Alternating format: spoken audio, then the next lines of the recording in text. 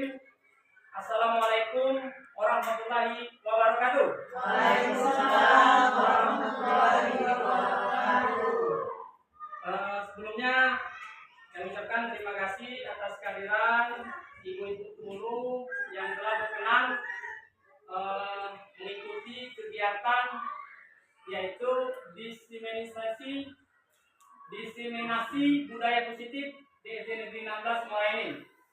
Ini merupakan di dalam modul 1.4 ini yaitu tentang diseminasi budaya positif. Kami akan jelaskan, silakan next.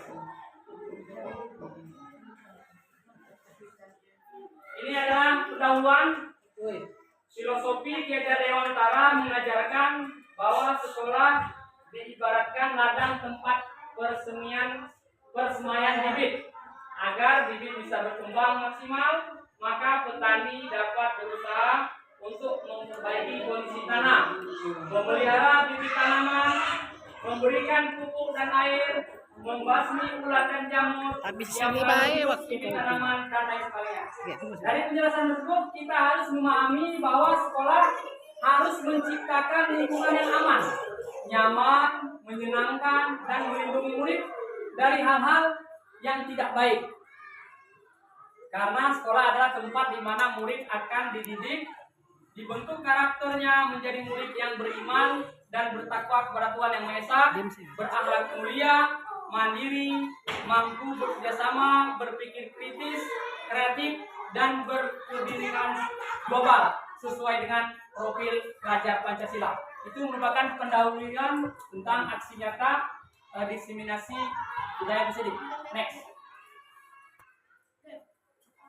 Nah, ini tujuannya Ibu-ibu, yaitu tujuan aksi nyata budaya positif ini bertujuan untuk melaksanakan disiplin positif sebagai perwujudan dari budaya positif dengan membuat keyakinan kelas, dengan menerapkan nilai-nilai kebajikan universal untuk membentuk karakter profil pelajar Pancasila. Jadi itu tujuannya Ibu. Tujuan untuk aksi nyata ini melaksanakan disiplin positif yang harus kita wujudkan di dalam kelas kita masing-masing. Next. Adapun konsep inti dari budaya positif ini yaitu disiplin positif, nilai kebijakan, teori dan perilaku manusia, hukuman dan penghargaan, keyakinan kelas, kebutuhan dasar manusia, dan 5 posisi kontrol.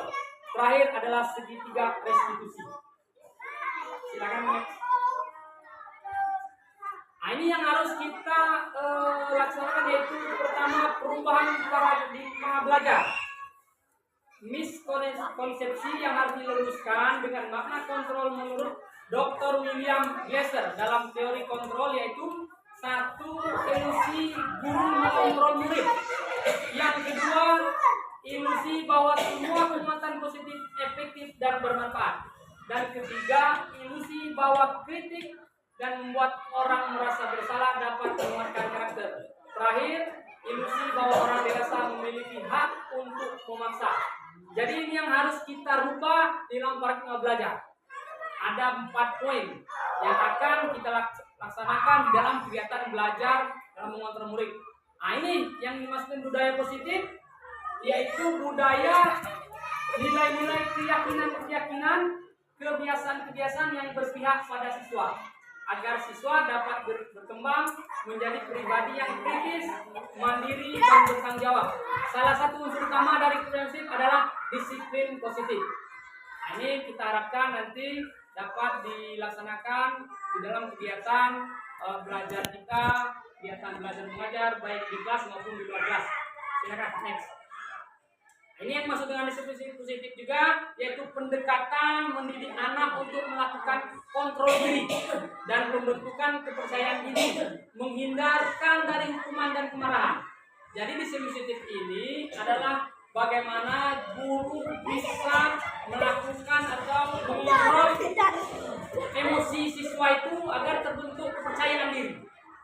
Jadi siswa itu dikontrol agar mereka tidak merasa terkucilkan atau mendapat hukuman yang membuat mereka down dalam kegiatan belajar mengajar. Silakan, next. Disiplin sensitif juga disiplin diri yang memiliki motivasi internal. Jadi kita sebagai guru itu, ibu-ibu mengeluarkan motivasi dirinya di dalam dirinya sehingga mereka dapat mengikuti pelajaran seperti biasa karena melakukan kesalahan yang telah mereka lakukan. Jadi itu, jika seorang tidak memiliki motivasi internal, maka diperlukan pihak lain untuk mendisiplinkan, yaitu tugas kita sebagai guru. Kemudian kita mengacu kepada pemikiran KHD, Ki Hajar Dewantara, sejalan dengan DNA, seorang ahli dalam pendidikan. Disiplin berasal dari bahasa Latin disiplin yang artinya belajar.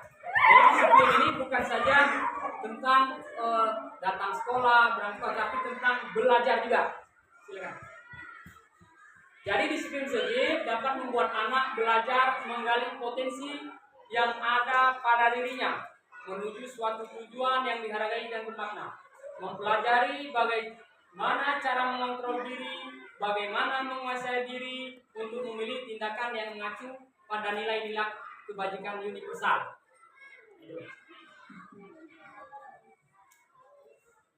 Sebelumnya kalau kita ice breaking dulu, ice breaking biar suasana cair. Sebelum ice breakingnya dimulai, ibu-ibu. Jadi Dione dosen ini dalam bukunya Restructuring School Disiplin menyatakan ada 3 hal motivasi perilaku manusia. Yang satu untuk menghindari ketidaknyamanan atau hukuman. Kedua untuk mendapatkan imbalan atau penghargaan dari orang lain. Dan yang ketiga untuk menjadi orang yang mereka inginkan dan menghargai diri sendiri dengan nilai-nilai yang mereka percaya. Nah, ini ada 3. Sebelumnya langsung Emma memimpin tes breaking kita. Tidak tegak, itu yang penguin. Oke. Oh, siap.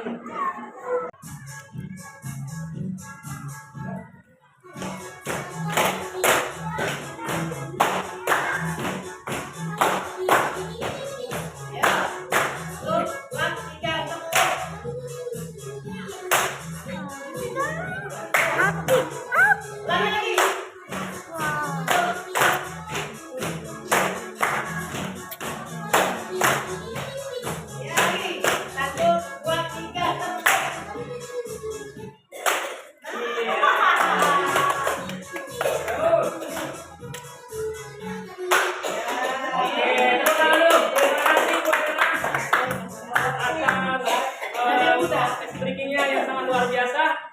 Baiklah. Jadi itu bisa kita praktekkan nanti Bu waktu Oke. Next.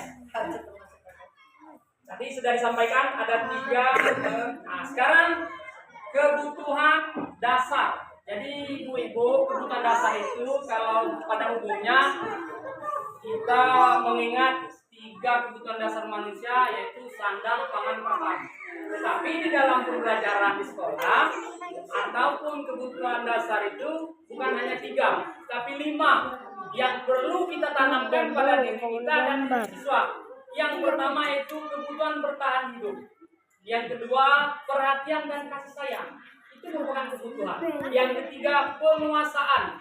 Dan keempat adalah kebebasan. Kelima kesenangan.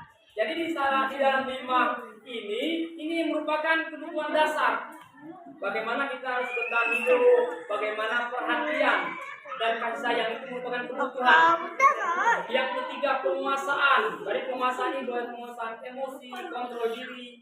Kemudian keempat kebebasan. Yang sekarang mungkin kalau di negara Palestina kebebasan sudah sulit mereka raih. Nah sekarang kita alhamdulillah di Indonesia masih bebas. Yang kelima yaitu kesenangan. Kita perlu senang, perlu rileks, perlu juga hiburan. Ya, kesenangan itu bukan hanya untuk anak-anak, tapi orang dewasa semuanya harus mendapatkan kesenangan. Gitu. Next. Nah, ini adalah merupakan posisi kontrol.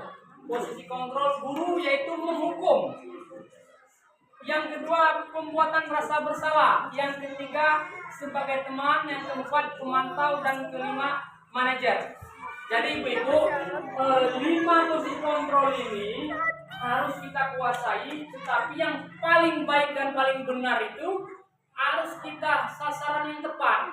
Jadi guru tidak boleh lagi menghukum siswa itu, mengejas siswa itu dengan kekerasan. Tetapi bisa dialihkan dengan membuat rasa bersalah. Jadi contohnya gini, suatu hari nanti ada teori tentang membuat rasa bersalah.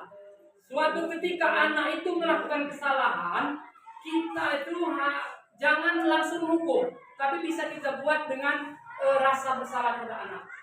Misalnya anak melakukan kesalahan, anak sudah diingatkan kemarin ini, masih kau ulang ini, janganlah itu nak. Jadi mereka tersentuh hati, kan? Jadi mereka rasa gimana? Kita sentuh hatinya, mereka merasa berbuat besar, sehingga ke depan mereka akan berpikir kalau melakukan hal seperti itu akan membuat kecewa gurunya, akan membuat kecewa orang tuanya. Kemudian posisi kontrol berikutnya, jadikan anak itu sebagai teman. Jadi teman ini dalam artian anak itu tidak ada batasan, dalam arti mereka itu takut, canggung, ataupun merasa ada perbedaan jauh. Jadi kita itu sebagai guru memposisikan anak itu sebagai teman. Kalau ketemu boleh kita menyapa lebih dulu. Wah, pagi-pagi lah segarnya engkau. Itu kan. Semangat ya belajar. Itu merupakan kata-kata yang bisa menjadi motivasi anak juga. Kemudian sebagai pemantau. Pemantau ini adalah mengontrol. Jadi mengontrol anak itu kalau disuruh tugas itu menjadi ngontrol apa yang mereka lakukan, apa yang mereka kerjakan, kita kontrol. Gitu. Kemudian sebagai manajer ini agak-agak beda tipis dengan pemantau. Bagaimana sebagai guru itu adalah manajer, mengatur, memberikan sesuatu yang mereka dapat kerjakan dengan rasa tanggung jawab. Itu sebagai manajer. Jadi pimpinanlah kita sebagai seorang guru. Itu adalah 5 posisi kontrol yang harus kita hindari, yaitu penghukum. Masih banyak sekali guru-guru, terutama mungkin dalam diri kami juga masih melakukan penghukum ini. Kadang-kala itu adalah sesuatu yang tidak boleh dilakukan lagi di dalam dunia pendidikan. Sudah banyak contoh apa yang terjadi di dunia pendidikan, bagaimana penghukum ini dapat berefek fatal bagi guru, sekolah, bahkan dengan masyarakat. Dan itu, silakan. Kemudian berikutnya, ini ada juga materi tentang segitiga restitusi, yaitu mempunyai 3 tahapan. 1, menstabilkan identitas. 2, memvalidasi tindakan yang salah. 3, menanyakan keyakinan. Dalam segitiga restitusi ini adalah cara guru untuk mengkondisikan kesalahan anak tersebut. Jadi ada video, Bu bisa nanti kita ini coba next dulu. Ini dulu pengertian restitusi itu adalah proses menciptakan kondisi bagi murid untuk memperbaiki kesalahan mereka sehingga mereka bisa kembali pada kelompok mereka dengan karakter yang lebih kuat. Jadi waktu mereka melakukan kesalahan, kita sebagai guru memberikan penguatan dengan 3 tahapan, yaitu menstabilkan identitas.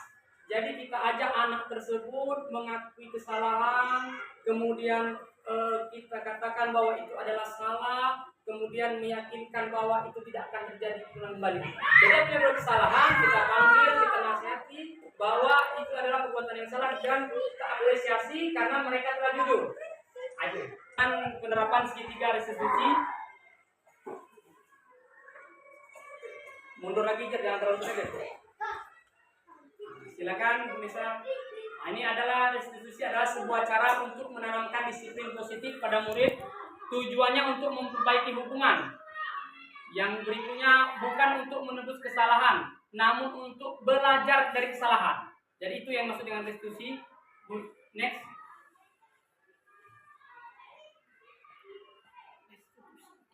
ini adalah segitiga restitusi itu yang harus kita lakukan, yaitu kita mempunyai alasan mengapa melakukan itu. Kemudian kita boleh nanya, karena kamu bukan satu-satunya orang yang melakukan kesalahan. Jadi mereka itu kita kuatkan bahwa bukan saja mereka yang bersalah, tapi kita juga pernah melakukan kesalahan. Kemudian ada cara yang lebih baik untuk efektif mendapatkan apa yang kamu butuhkan. Jadi alasan mereka melakukan kesalahan itu ingin apa yang dicapai, apa yang dibutuhkan. Kemudian keyakinan kelas apa yang telah disepakati. Jadi ada keyakinan kelas yang telah kita sepakati, yang mereka langgar, sehingga kita bawalah ke dalam segitiga restitusi ini, bahwa mereka telah melanggar keyakinan kelas. Kembali tadi kita panggil. Nah, ini adalah ini Rizky ngantuk di kelas.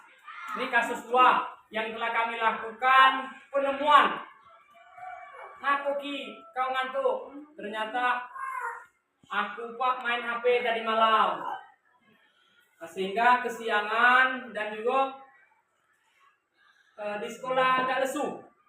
Nah, sehingga Rizky ini setelah kita panggil, kita proses, kita stabilkan identitasnya, kita validasi tindakan yang salah, kemudian menyanyikan keyakinan kelas yang telah disepakati. Sehingga si Fajri ini atau si Rizky tadi mengakui kesalahan dan tidak akan berbuat kesalahan terulang lagi.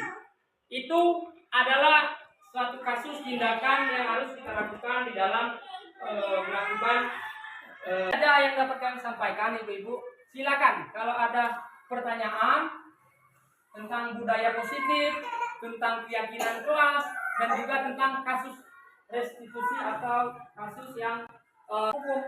Ada 5 kontrol tadi, ibu ya. Yang pertama, hukum itu harus kita hindari. Kemudian menjadikan dia sebagai teman. Yang kedua, kemudian yang ketiga sebagai manajer.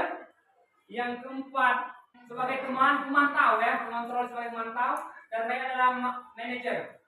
Ini yang harus dilakukan sebagai seorang guru. Jadi tidak boleh kita langsung menghukum. Ya, kalau bisa kita buat rasa bersalah. Kemudian kita lakukan sebagai teman. Kemudian pemantau dan manajer. Jadi ini adalah posisi kontrol yang harus dapat kita terapkan di sekolah.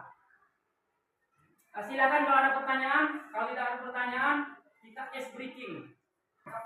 Bukan manjang. Nah, Manjang kemana? Tangan kiri seperti ini, tangan kanan seperti ini. Ini permainannya yaitu menangkap Eli. Jadi ketika saya bilang Eli, ibu nangkap jempol kawan ibu di sebelah. Ini adalah permainan menangkap Eli. Oke. Jadi siap-siap ya, kita tes dulu. Pada suatu hari, Jangan injok ke jempol. Bertamasya ke pantai. Keluarga ini mempunyai 3 anak. Yang pertama Eno.